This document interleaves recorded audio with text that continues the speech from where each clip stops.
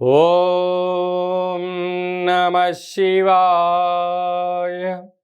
ఓం నమో నారాయణాయ. కర్మ నరదృష్టి నివారణ కాళభైరవాయ నమో నమః. ఓం గురు అరిష్టేతు సంప్రాప్తే గురు పూజాంచ కారయేత్. గురుధ్యానం ప్రవక్ష్యామి. విద్యా ఉద్యోగ విదేశీయాన రాజసన్మానోత్సవ గజసన్మానోత్సవ వివాహ తదనంతర పుత్ర పుత్రిక సంతాన సంబంధిత అరిష్ట దోషపీడోప ఉపశాంతయే. హరి ఓం.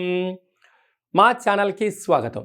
చూస్తున్న వీక్షకులకు ప్రేక్షకులకు ప్రియ కాళభైరవ భగవద్బంధులకి స్వాగతం పలుకుతూ మమ్మల్ని ఎంతగానో ఆదరిస్తూ ఉండబడినటువంటి ప్రియ సోదర సోదరీమణులకు, సనాతన ధర్మ సంరక్షకులకు, జ్యోతిష్య అభిమానులకు, పుష్కర స్నానం చేసేటువంటి ఆధ్యాత్మిక భగవద్బంధువులకి, అంటే 12 ఏళ్ళకు ఒకసారి మనకు పుష్కరాలు వస్తూ ఉంటాయి. కుంభమేళ, అర్ధ కుంభమేళ, మహాకుంభమేళలో స్నానం చేసే వారందరికీ మరొక్కసారి చిన్న విన్నపం ఏమిటయ్యారగా, వృషభ రాశిలో నుంచి దేవగురు బృహస్పతి మిథున రాశిలోకి ప్రవేశం జరుగుతుంది కనుక మనకు సరస్వతి మాత అంటే సరస్వతి నది పుష్కర మహోత్సవ కార్యక్రమాలు జరుగుతూ ఉన్నాయి. కనుక మనకు తెలంగాణ రాష్ట్రంలో కాళేశ్వరం దగ్గర మనకు అంతర్వాహినిగా సరస్వతి నది పుష్కర మహోత్సవ కార్యక్రమాలు గవర్నమెంట్ వారు కూడా పెద్ద ఎత్తున ఏర్పాట్లు చేయడం జరుగుతుంది. కనుక మనమందరము కూడా మే నెల 15వ తారీఖు నుండి 27వ తారీఖు వరకు మన వీలును బట్టి వెళ్ళి పుష్కర స్నానాన్ని ఆచరింపజేసుకొని ముక్కోటి దేవతల యొక్క ఆశీస్సులు, పుష్కరుడి యొక్క ఆశీస్సులు పొందాలని కోరుకుంటూ, అందరిపైనను 12 రాశులపైనను, ఈ భూమండలం మీద ఉండబడినటువంటి అనేక జంతువులపైనను, పక్షులపైనను, ప్రకృతిపైనను దేవగురు బృహస్పతి యొక్క ఆశీస్సులు ఉండాలని కోరుకుంటూ, అందరినీ చల్లగా ఆశీర్వదించమని కోరుకుంటూ మనము స్వామివారిని వేడుకుందాం. 12 రాశుల్లో గ్రహ గమనాన్ని ఓసారి వీక్షింపజేద్దాం. 15/5/2025 నుండి 31/5/2025 వరకు 12 రాశుల్లో గ్రహ గమనాల్ని మరొక్కసారి వీక్షింపచేద్దాం. మేషరాశిలో బుధ భగవానుడు సంచార స్థితి, వృషభ రాశిలో రవి భగవానుడు ఏడాది తర్వాత సంచార స్థితి, 12 సంవత్సరముల తర్వాత మిథున రాశిలో దేవగురు బృహస్పతి సంచార స్థితి, కర్కాటక రాశిలో కుజ భగవానుడు నీచభంగ రాజయోగ సంచార స్థితి, కన్యరాశిలో కేతు సంచార స్థితి, మీనరాశిలో శుక్ర భగవానుడు, శని భగవానుడు, రాహు భగవానుడు సంచార స్థితితో ప్రారంభంలో ఇలా ఉన్నాయి. 19వ తారీఖు 5వ నెల 2025 నుండి రాహు భగవానుడు కుంభరాశిలోకి సంచార స్థితి, కేతు భగవానుడు సింహరాశిలో సంచార స్థితితో 12 రాశుల్లో గ్రహ గమనాలను మనం ఒకసారి వీక్షింపచేసాం. వృశ్చిక రాశి వారికి దేవగురు బృహస్పతి 12 సంవత్సరాల తర్వాత సప్తమ స్థానంలో సంచారం చేయనప్పుడు ఎలాంటి యోగాలు పొందాలో ఈ వీడియోలో సవివరంగా సంపూర్ణంగా తెలుసుకుందాం. వృశ్చిక రాశిలో ఏ నక్షత్రాలు వస్తాయనగా, విశాఖ నక్షత్రంలోని చివరి పదం 4వ పాదము, అనురాధ నక్షత్రంలోని 4 పాదాలు, జ్యేష్ఠ నక్షత్రంలో 4 పాదాలు కలిపితే వృశ్చిక రాశి. రాశాధిపతి కుజ భగవానుడు.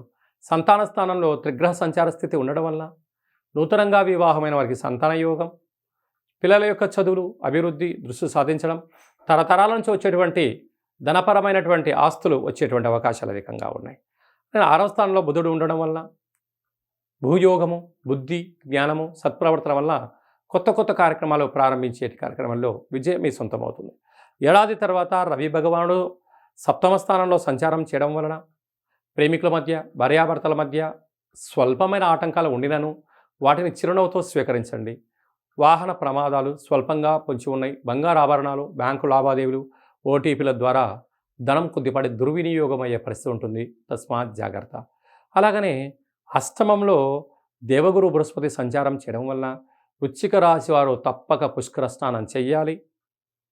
అక్కడ పసుపును నీటిలో వేసి నమస్కారం చేయడము, అలాగనే తెల్ల నువ్వుల పచ్చడితో కూడుకున్న ఆహారాన్ని దానము చేయడము, పెసరపప్పుతో కూడుకున్నటువంటి ఆహారంతో పాటు శనగపప్పుతో కూడుకున్న ఆహారాన్ని దానము చేయడము, శ్రీ మేధా దక్షిణామూర్తి స్వామి యొక్క స్తోత్రాన్ని వినడము, అలాగే దత్తాత్రేయ స్వామి వారి యొక్క స్మరణ వీరికి యోగదాయకం అని చెప్పి గమనించాలి. భాగ్యస్థానంలో కుజుడు ఉండడం వలన భార్యాభర్తలు, ప్రేమికులు, పార్ట్నర్షిప్ వ్యవహార కార్యక్రమాలు, లావాదేవీ వ్యవహార కార్యక్రమాల్లో సమన్వయం పాటించి తీరాలి. లేకపోతే అనేక రకాల సమస్యలకు మీరే కేంద్ర బిందువు అయ్యి అపారంగా నష్టపోయే పరిస్థితి చాలా అధికంగా ఉంటుంది. చిన్న చిన్న విషయాలకు మీరు ఆందోళన చెందరు, ఎందుకంటే మీకు ఆ మనోధైర్యం ఉంటుంది. కానీ సమస్యలు వచ్చినప్పుడు మౌనం, ధ్యానం, ఏకాగ్రత చాలా మంచిది. సత్ప్రవర్తన, యోగా, ఆసనం, మెడిటేషన్ నిర్వహించేటువంటి కార్యక్రమాలు, వ్యవసాయ సోదరీమణులు, గృహ భవన నిర్మాణ కార్యక్రమాలు, ఎక్స్పోర్ట్స్ ఇంపోర్ట్స్ బిజినెస్ చేసేవారు, సాఫ్ట్వేర్ రంగం వారు ఎంతో జాగ్రత్తలు అవసరం అని చెప్పి గుర్తుపెట్టుకోగలగాలి.